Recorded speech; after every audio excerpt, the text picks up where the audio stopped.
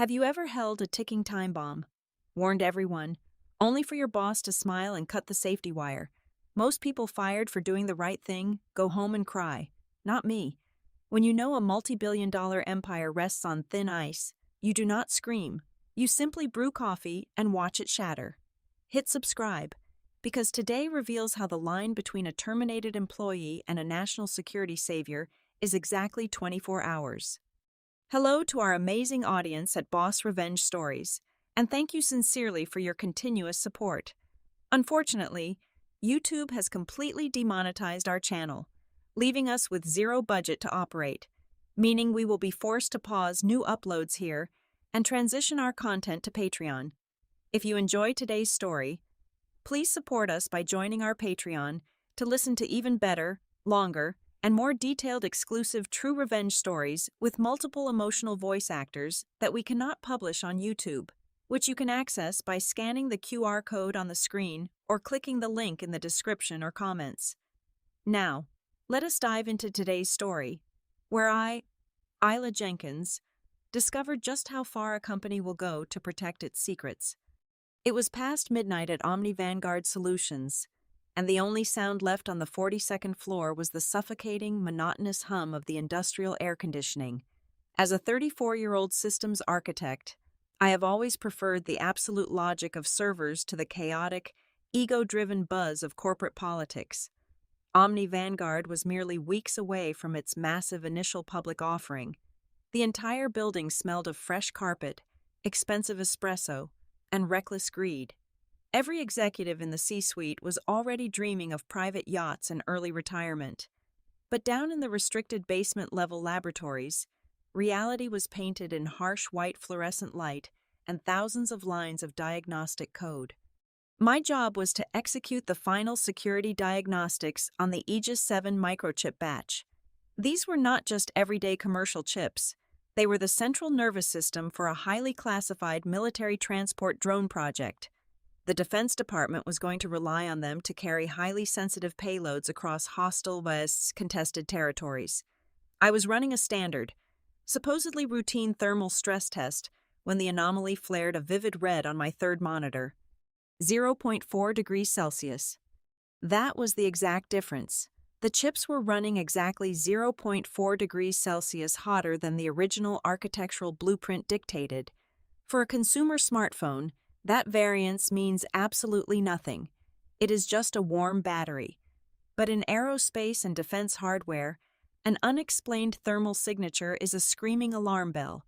Hardware does not just generate heat out of nowhere. Heat means energy.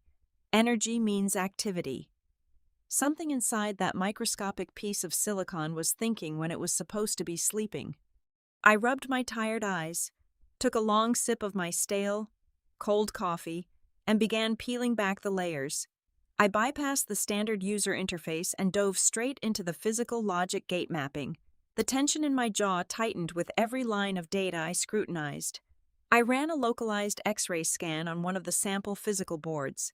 What I found made the blood freeze entirely in my veins. Nestled deep within the architecture, camouflaged perfectly under the mundane casing of a standard temperature regulator, was a microscopic component that simply did not belong there. It was an unauthorized radio frequency transceiver, a backdoor. Someone had deliberately planted a physical ear inside the drone's brain. My fingers flew across the mechanical keyboard as I pulled up the supply chain manifests. Omni Vanguard had strict, ironclad contracts with approved domestic fabricators to ensure absolute national security. But as I cross-referenced the purchase orders from the last quarter, the paper trail took a sudden, dark turn. The vendor for the thermal regulators had been quietly changed exactly 3 months ago. I checked the digital authorization signature. Marcus, our vice president of engineering. Marcus had bypassed mandatory security protocols and outsourced the component manufacturing to an unverified shadow factory overseas. Why would a senior executive risk everything? The financial ledger gave me the sickening answer. The new supplier cut production costs by exactly 12%. 12% savings on a multi-million-dollar manufacturing run would look absolutely fantastic on the quarterly earnings report. It was the perfect little boost to artificially inflate the company valuation right before the initial public offering. Marcus had traded national security for a prettier spreadsheet and a larger annual bonus. I leaned back in my ergonomic chair, the realization pressing down on my chest like a physical weight. The walls of the lab suddenly felt incredibly close. I booted up a sandbox environment and simulated the hardware vulnerability on an isolated network to see exactly what that hidden transceiver could do in the real world. The diagnostic results were terrifying, because the rogue component was baked directly into the physical hardware. It bypassed all software firewalls completely. A bad actor could send a specific frequency burst to the drone mid-flight, wake up the hidden transceiver, and completely hijack the navigation system. They could alter the GPS coordinates and fly a classified military payload right into enemy hands. And the absolute worst part, because the override happened at the foundational hardware level, the drone's digital black box would record absolutely nothing out of the ordinary. It would look like a standard system malfunction. No digital footprint. A ghost in the machine. Panic is a useless emotion in systems architecture. When a system fails, you do not cry. You document. I did not call Marcus. I did not send a frantic email that could be intercepted by the information technology department he controlled. Instead, I stood up, smoothing the wrinkles from my slacks, and walked over to the heavy-duty laser printer in the corner of the lab. I meticulously gathered the original hardware schematics, the compromised X-ray scans, the temperature variance logs, and the damning supply chain purchase orders signed by Marcus. I hit print. I stood there in the chilling silence of the empty office, listening to the rhythmic, mechanical grinding of the printer spitting out the undeniable truth. I neatly arranged the documents into a thick, 40-page physical file. I bound it in a bright red folder. This was no longer just a technical glitch or a corporate oversight. It was treason, wrapped tightly in corporate greed. I packed the folder into my leather briefcase, shut down my workstation, and walked out of the laboratory. The corporate executives upstairs thought they were about to ring the bell on Wall Street and become untouchable billionaires. But tomorrow morning, I was going to hand them a reality check they simply could not afford to pay. The sun rose over the glass and steel campus of Omni Vanguard, casting long, sharp shadows across the manicured lawns. It was exactly 8 in the morning when I strode into the executive wing. The air up here did not smell like burnt coffee and ozone. It smelled like expensive cologne and freshly printed money. I bypassed the receptionist, marching directly toward the transparent, glass-walled conference room where Marcus held his morning court. He was standing at the head of the long mahogany table, practicing his keynote speech for the upcoming initial public offering. His tailored Italian suit probably cost more than my entire department's annual software budget. He paused mid-sentence as I pushed the glass door open without knocking, dropping the heavy, 40-page red folder right onto his polished tablet. "Marcus," I said, keeping my voice dangerously level, "we need to halt the Aegis 7 shipment immediately. The hardware is compromised." Marcus sighed, profoundly annoyed by the interruption. He barely glanced at the bright red folder. Instead, he adjusted his designer cuffs and offered me a patronizing smile. "Isla, it is a beautiful morning. The markets are green. Why are you bringing a physical binder into my office like it is 1999? "Because your new overseas supplier baked an unauthorized radio frequency backdoor into the thermal sensors," I replied, refusing to break eye contact. "I have the X-rays. I have the thermal logs showing a 0.4-degree variance." Marcus let out a short, hollow laugh. He casually pushed the folder back across the table with one perfectly manicured finger. "A fraction of a degree. You are halting my morning over acceptable thermal fluctuation. This is exactly why engineers do not run the business. Isla, you lack vision. You suffer from chronic technical paranoia. The chips are fine. The cost savings are phenomenal. End of discussion." He turned his back to me, returning to his teleprompter.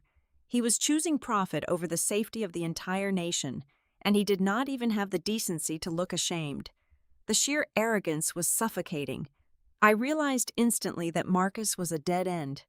I snatched the folder off the table, spun on my heel, and headed straight for the top. I was going to see the chief executive officer.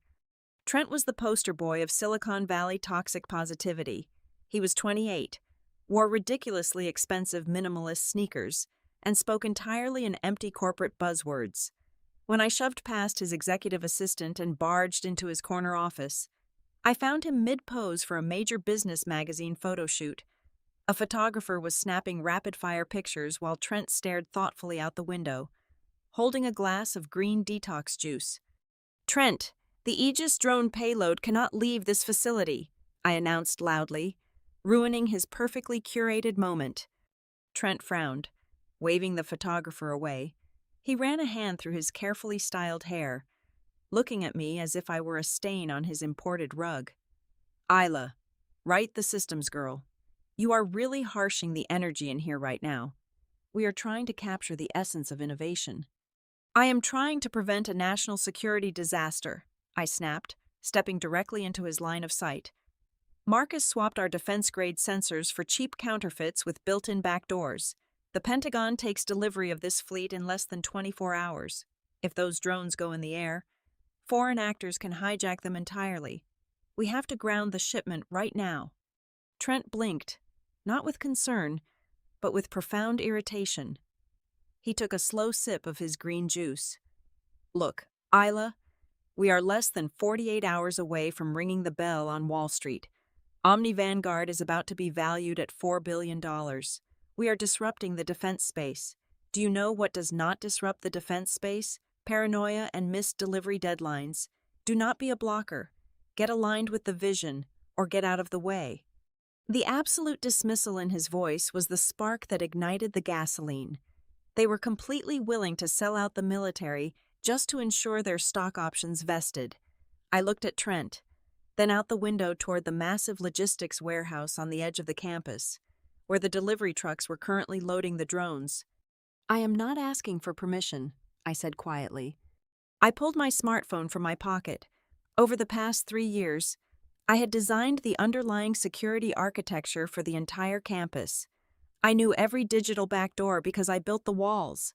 I opened a hidden application, typed in a command line sequence I had prepared in the elevator, and hit execute. Instantly, a heavy mechanical groaning echoed across the campus. Down at the logistics center, the massive steel bay doors abruptly slammed shut. The loading ramps locked into place. The automated warning lights flashed yellow. I had just initiated a hard facility-wide lockdown on the transport sector. No trucks were coming in, and absolutely nothing was going out. Trent dropped his green juice. It shattered on the hardwood floor. "What did you just do?" he demanded, his Zen persona instantly vanishing into pure panic. "Unlock those bays right now. That is company property." "The shipment is grounded," I said, a grim sense of satisfaction washing over me. But the satisfaction barely lasted 10 seconds. The glass doors of the office slid open, and Marcus strolled in. He was holding a sleek tablet, and the smug, arrogant smile on his face made my stomach drop. "Nice try, Isla," Marcus said smoothly. He tapped his screen twice. Out the window, the warning lights turned off.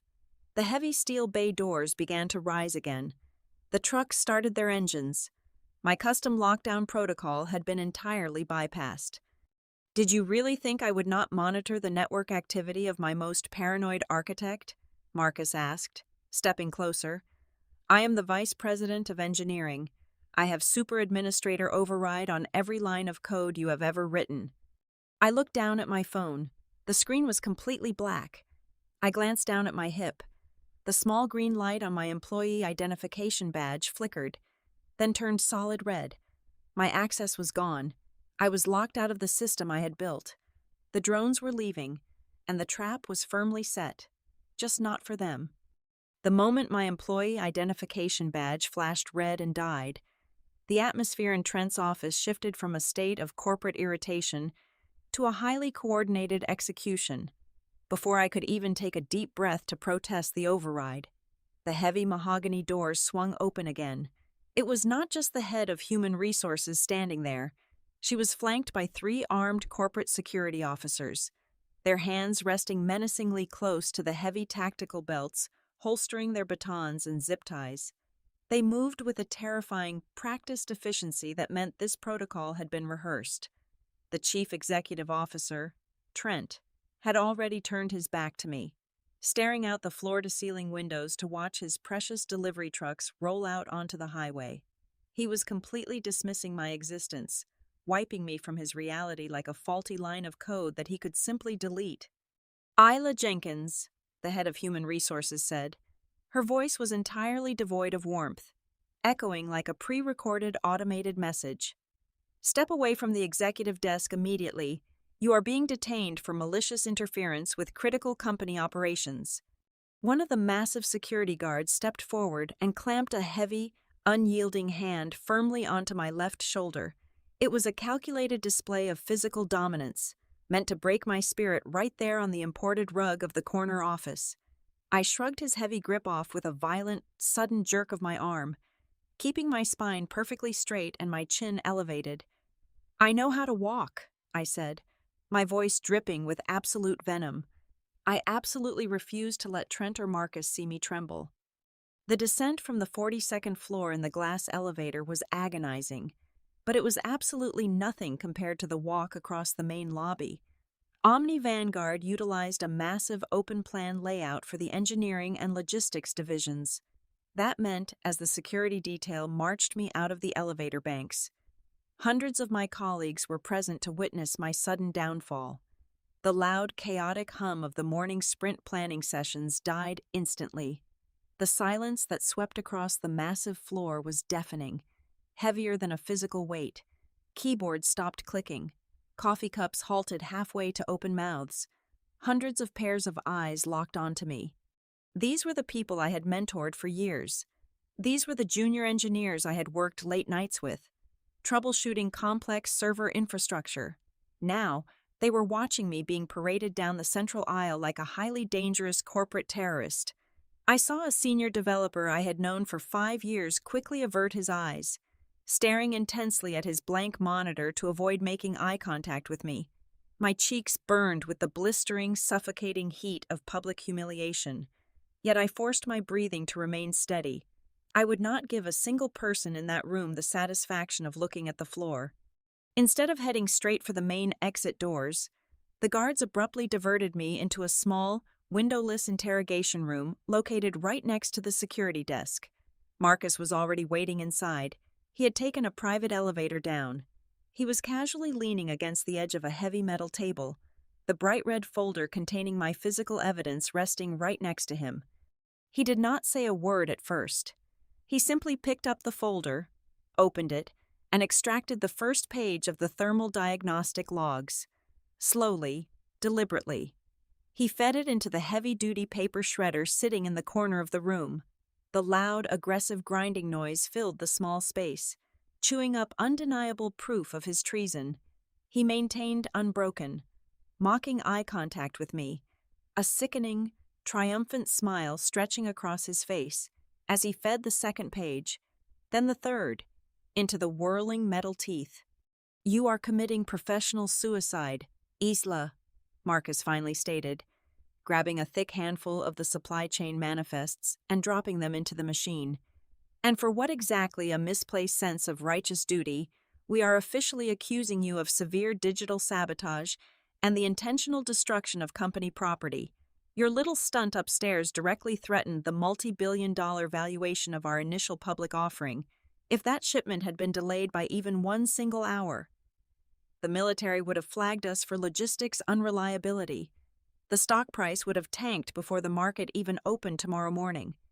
The last page of my hardware schematics disappeared into the shredder.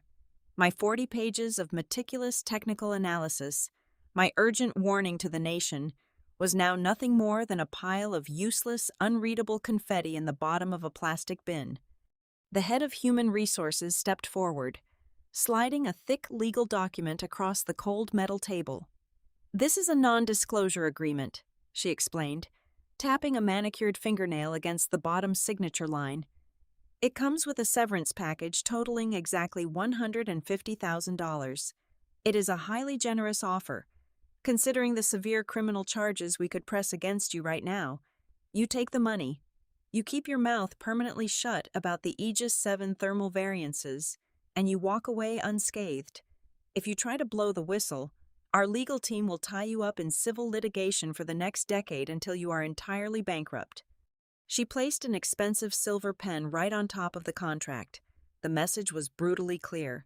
Take the bribe, swallow the poison, and surrender to the machine. I looked at the contract. I looked at the $150,000 figure printed in bold black ink. Then, I looked up at Marcus, who was practically glowing with the arrogant certainty that he had won the war. I reached out slowly and picked up the silver pen. I held it lightly in my fingers for 3 long, agonizing seconds, letting the oppressive silence of the interrogation room stretch to its absolute limit. Then, I opened my hand. The heavy silver pen dropped. It hit the concrete floor with a sharp, echoing metallic clatter, rolling away into the shadows beneath the heavy desk. "I do not want your dirty money," I said, my voice echoing with an icy, unshakable calm that seemed to catch them off guard. "And you do not have enough corporate lawyers on earth to save you from what comes next." The triumphant smile vanished instantly from Marcus's face, replaced by a flash of genuine, furious hatred. His jaw clenched tight. He nodded sharply to the armed guards. "Strip her access completely. Get her out of my building right now." They descended upon me immediately. One guard forcibly unclipped my identification badge from my waistband, nearly tearing the fabric of my slacks. Another demanded my company smartphone, my encrypted laptop from my bag, and even the smartwatch off my wrist. Aggressively citing proprietary hardware regulations, they emptied my pockets, confiscating absolutely everything, leaving me with nothing but the metal key to my personal car. The security detail escorted me roughly through the heavy revolving glass doors, pushing me out into the blinding mid-morning sunlight. The sweltering heat of the concrete parking lot hit my face, a stark contrast to the artificially chilled, sterile air of the corporate lobby. I stood completely alone by my car as the guards locked the massive glass doors behind me, watching me from the inside like I was a dangerous animal safely put outside the fence. I did not collapse against the hood of my car. I did not shed a single tear of despair or panic. Most people would feel completely shattered, their entire identity destroyed by the monstrous weight of a billion-dollar corporate machine crushing their career in broad daylight. But as I stood there in the glaring sunlight, my mind was perfectly, beautifully clear. I raised my left arm, staring at the pale circle of skin where my smart watch used to be, visualizing the time. It was exactly 10 o'clock in the morning. I began doing the rigorous mental math. The Military Logistics Division would receive the drones by the early afternoon, the unpacking, systems integration, and preliminary pre-flight checks at the base would take roughly 12 to 14 hours. The Pentagon's Black Ops Aerospace Test Range always preferred the absolute darkness of the graveyard shift for highly classified maiden flights. That meant the first drone would power its thrusters and take to the sky at exactly 2 o'clock the following morning. I had exactly 16 hours left to build a digital guillotine, and I was going to make sure Marcus and Trent were the ones with their heads on the block. I did not drive back to my apartment. I did not stop at a local bar to drown my sorrows in cheap whiskey, and I certainly did not waste a single moment crying over a lost career. Grief and panic are luxuries for those who do not possess a strategy. I had a precise, devastating objective. I drove my vehicle 15 miles outside the city limits, heading toward an abandoned industrial district where the streetlights had burned out years ago. I pulled up to a dilapidated, rust-covered storage warehouse. From the outside, it looked like a forgotten relic of the manufacturing collapse, a crumbling box of corrugated steel hidden behind overgrown weeds and chain-link fencing. Inside, however, it was my absolute fortress. Over the past 5 years, I had quietly built a private, high-performance server farm in this exact unit. It was completely off the grid, running on a custom encrypted dark web network architecture I had written entirely from scratch, powered by industrial backup generators. The air inside the unit was thick with the distinct smell of ozone and spinning mechanical cooling fans. As I powered up my primary workstation, the dark room was bathed in the harsh, cold blue glow of 8 cascaded monitors. I cracked my knuckles and went to work. I knew the military test flight procedures by heart. The Aerospace Division would launch their top-secret maiden flights under the cover of total darkness, precisely at 2 o'clock in the morning. That gave me plenty of time to prepare the trap. I began sweeping the encrypted radio frequency bands surrounding the classified military testing grounds out in the desert. I was not looking for the drones themselves. The military's primary encryption was too thick for a brute force entry, and honestly, I did not need to break into their system. I needed to monitor the illicit backdoor Marcus had so graciously provided to the enemy. I spent the next 3 hours meticulously coding a digital honeypot. In the realm of advanced cybersecurity, a honeypot is essentially a decoy, a fake digital target designed to look incredibly appetizing to a malicious hacker. But this specific decoy had to be completely flawless. I simulated the exact thermal signature, the complex hardware identification codes, and the precise radio frequency vulnerability of the Aegis 7 microchip. I built a virtual ghost. I broadcasted this digital footprint into the darkest layers of the web, making it look exactly like an active, vulnerable military drone flying unguarded through the night sky. It was a digital bear trap, coated in honey, waiting in the absolute silence of the network. If anyone tried to exploit the hardware flaw, they would not just be pinging a drone, they would be walking straight into my servers, handing me their originating internet protocol address on a silver platter. The waiting was the hardest part of the entire ordeal. The digital clock on my wall ticked past midnight, then 1 o'clock, then approached the 0 hour. The warehouse was dead silent, save for the rhythmic, droning hum of the server racks. I drank black coffee, my eyes locked on the primary terminal, watching the frequency bands. 1 minute past 2 o'clock in the morning, nothing. 10 minutes past 2, just empty atmospheric static. Then, at exactly 14 minutes past 2 in the morning, the silence shattered. My central monitor flashed a blinding, violent red. The system alert klaxons I had programmed screamed through the warehouse speakers. A massive, heavily encrypted data stream was aggressively punching through the simulated hardware vulnerability. I rapidly traced the routing tables. The attack was not domestic. The digital tentacles were originating from a labyrinth of proxy servers hosted by an unidentified foreign nation. They had found the backdoor Marcus had blindly purchased to save 12% on production costs. They were turning the handle. My fingers danced across the mechanical keyboard as I isolated their connection path. And then, the true horror of the situation unfolded on my geospatial tracking monitor. Because I was intercepting the rogue command signals, I could see exactly what the hijackers were doing. On the official unclassified military radar frequency I was monitoring, 3 distinct aircraft signals abruptly vanished. They were gone without a single trace. To the commanding generals sitting in the Pentagon control room, it would look like the 3 drones had suffered a catastrophic mid-air communication failure or had crashed directly into the desert floor. The military was completely blind. But on my shadow network, those 3 drones were glowing bright red, highly active, and fully operational. The hijackers had successfully overridden the central navigation systems, entirely bypassing the military software firewalls just as I had predicted. The drones were not crashing. They were executing a hard, synchronized left bank. I watched the telemetry data and global positioning coordinates update in real time on my mapping software.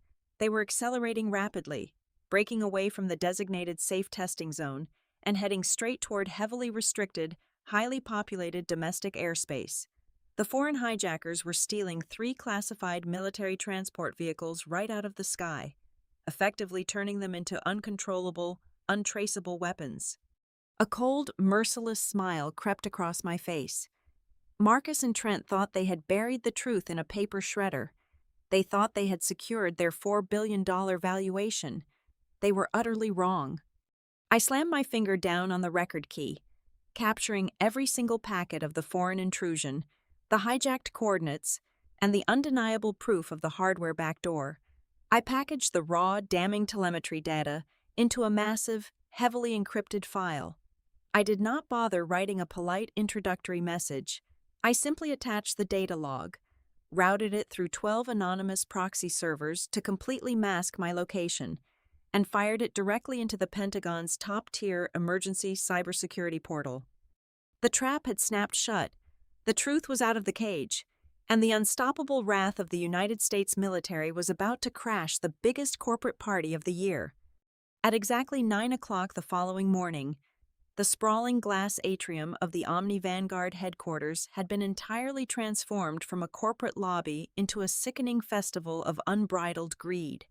The morning sunlight poured through the massive skylights, illuminating a sea of tailored suits, designer dresses, and flashing camera lenses. Waiters in pristine white tuxedos navigated through the dense crowd, balancing silver trays loaded with crystal flutes of imported vintage champagne and highly expensive caviar. The air vibrated with the heavy bass of electronic victory music and the excited, greedy chatter of Wall Street journalists, hedge fund managers, and venture capitalists. Today was the official initial public offering launch day. In just a few short minutes, the bell would ring, and Omni Vanguard would officially trade on the open market, instantly cementing a $4 billion valuation.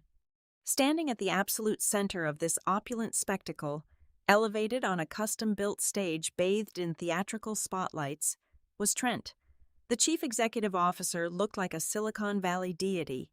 He wore a ridiculously expensive bespoke suit with no tie, projecting the perfect image of a casual, disruptive tech visionary. He gripped the edges of the lucite podium, flashing a blinding, practiced smile to the bank of live television cameras broadcasting the event to financial networks across the globe. Down in the front row, holding a freshly poured glass of champagne, stood Marcus. The vice president of engineering looked thoroughly relaxed, basking in the artificial glory of his imminent, massive financial windfall. They honestly believed they had won. They believed they had buried the truth in a plastic recycling bin. "We are not just building hardware," Trent declared into the microphone, his voice echoing with profound, nauseating arrogance over the massive sound system. "We are entirely disrupting the global defense paradigm. Omni Vanguard stands at the absolute pinnacle of secure, innovative aerospace technology. We are delivering the future of automated national defense, and we are doing it with unprecedented financial efficiency. Today, we invite the world to join our invincible flight upward." The crowd erupted into rapturous applause. Marcus raised his champagne glass toward the stage in a smug toast. Then, the festival of corporate ego shattered into a million jagged pieces. It did not start with a polite knock. It started with a deafening, terrifying roar of heavy diesel engines that violently drowned out the electronic music. Before anyone in the crowd could even turn their heads to look, the massive, reinforced glass revolving doors at the front entrance simply exploded inward.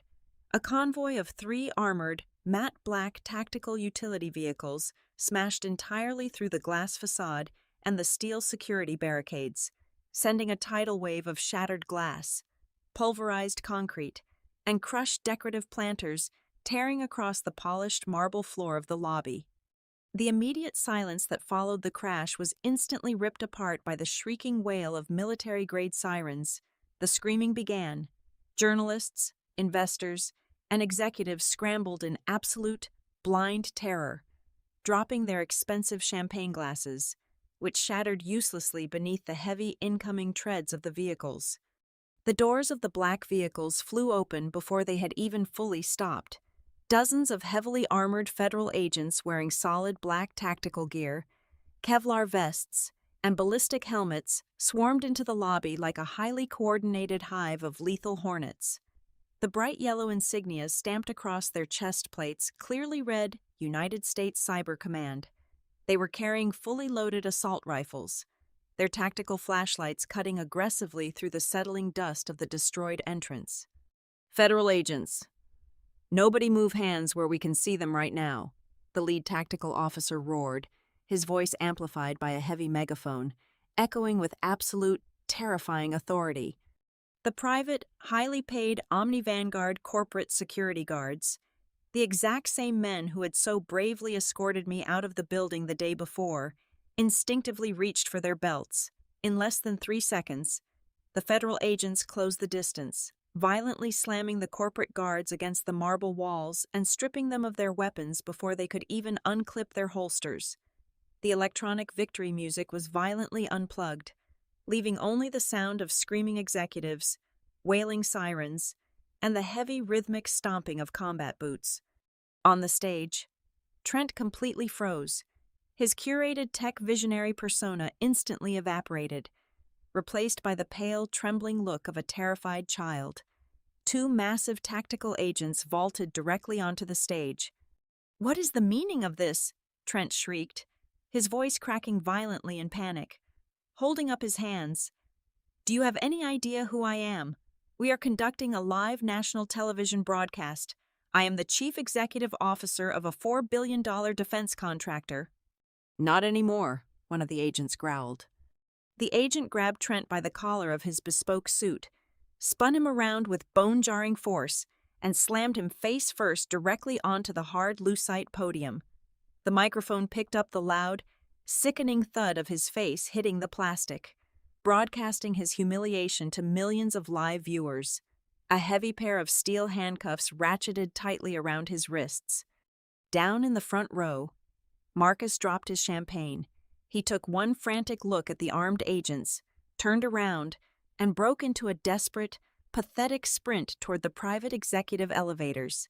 He did not even make it 10 feet. 3 tactical agents tackled him simultaneously from behind. Marcus hit the floor so hard his designer shoes flew off. An agent pressed a heavy combat boot firmly between his shoulder blades, pinning him like an insect to the floor, while aggressively securing his hands behind his back. "Marcus Vance and Trent Holden," the lead agent announced, reading from a physical warrant as the cameras continued to roll, capturing every agonizing second of their public destruction. "You are officially under arrest by the Department of Defense. The charges are severe federal corporate espionage, the intentional sabotage of classified military hardware, and multiple counts of high treason against the national security of the United States." "Treason!"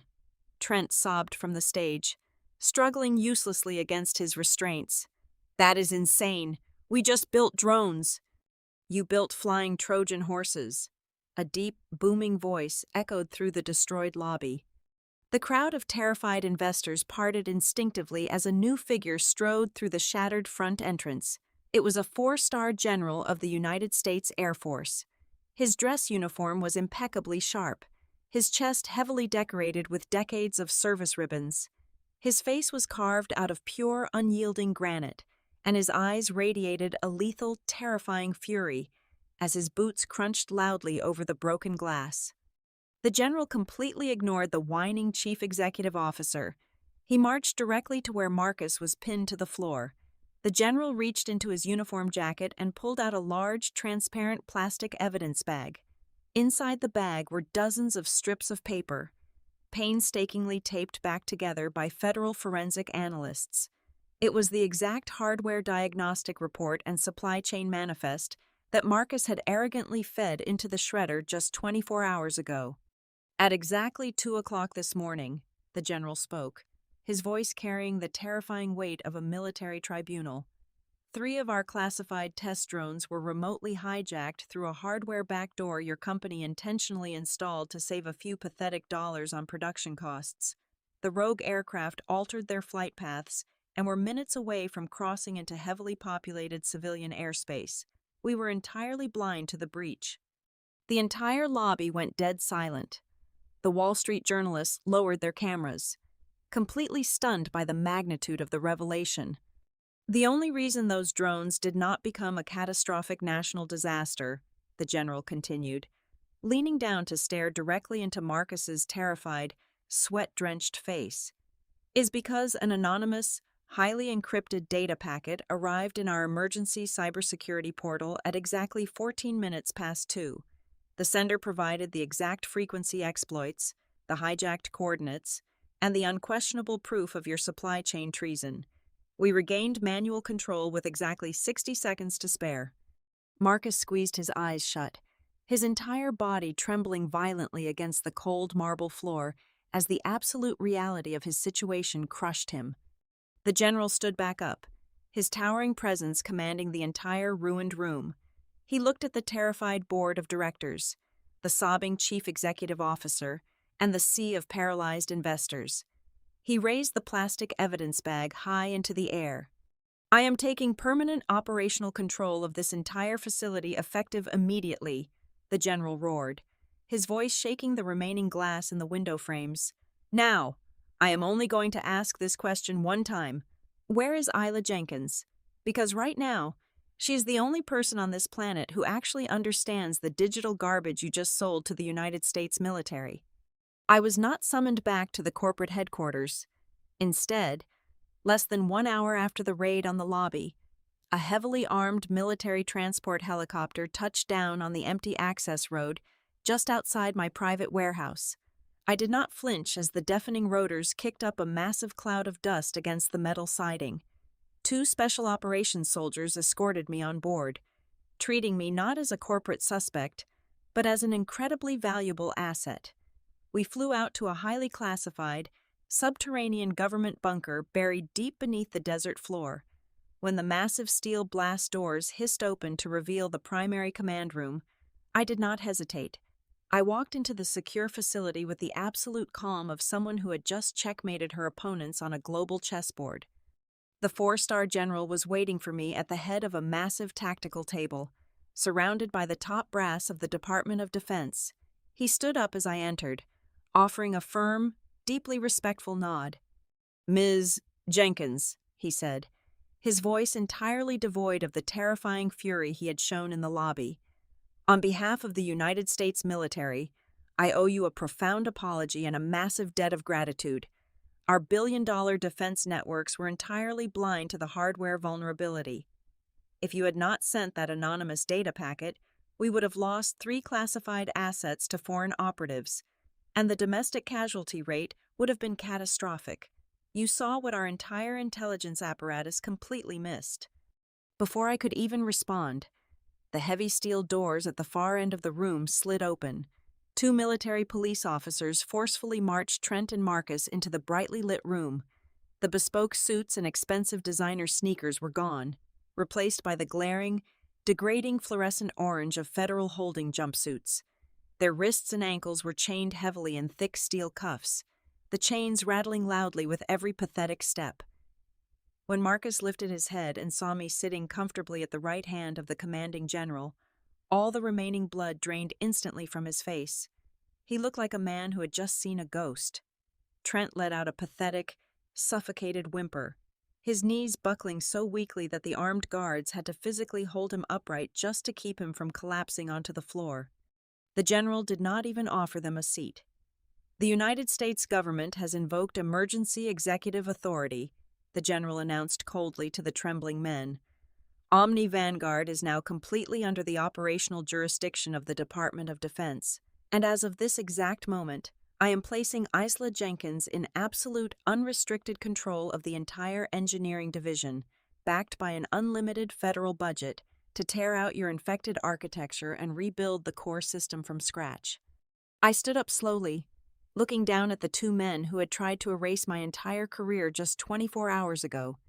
"Before I begin the restructure," I said, my voice echoing clearly and ruthlessly off the concrete walls, "I reviewed the corporate charter alongside federal military procurement laws, under a specific, rarely used clause regarding treasonable negligence. The government has the absolute legal right to instantly liquidate and seize all personal assets of executives found guilty of intentionally compromising national defense hardware." I handed a heavily stamped legal document to the nearest military police officer, who shoved it aggressively into Trent's chained hands. "Your offshore accounts, your stock options, your luxury cars, and your entire $4 billion valuation are completely gone," I told them, savoring the absolute despair washing over their faces. "You are walking into federal prison for the rest of your natural lives with absolutely nothing to your names." The next morning, I walked back into the Omni Vanguard headquarters. The lobby was completely empty, secured by heavily armed military personnel. I took the private elevator directly up to the 42nd floor and walked straight into the corner office that used to belong to the chief executive officer. Sitting right in the middle of the massive mahogany desk was a heavy, incredibly expensive crystal trophy that read, Entrepreneur of the Year. I picked it up, feeling its ridiculous weight, and tossed it effortlessly into the nearest metal trash can. The loud crash of shattering glass echoed beautifully through the quiet room. I sat down in the leather executive chair, flipped open my encrypted laptop, and began typing the very first lines of code to clean up the absolute wreckage they had left behind. Thank you all so incredibly much for listening to my story today. I would love to know where you are tuning in from, so please let me know down in the comments. As I mentioned earlier, YouTube has unfortunately completely demonetized our channel, meaning we have absolutely zero budget to continue operating here and will not be uploading new videos in the near future. We are transitioning our operations entirely over to Patreon. If you found today's story engaging and want to help us survive, please consider supporting us by joining the Boss Revenge Stories Patreon community. There, you can listen to our absolute best, highly detailed, and entirely exclusive true revenge stories that we simply cannot publish on YouTube. You can join right now by scanning the square QR code on your screen, or by clicking the direct link we have provided in the video description and the pinned comment below.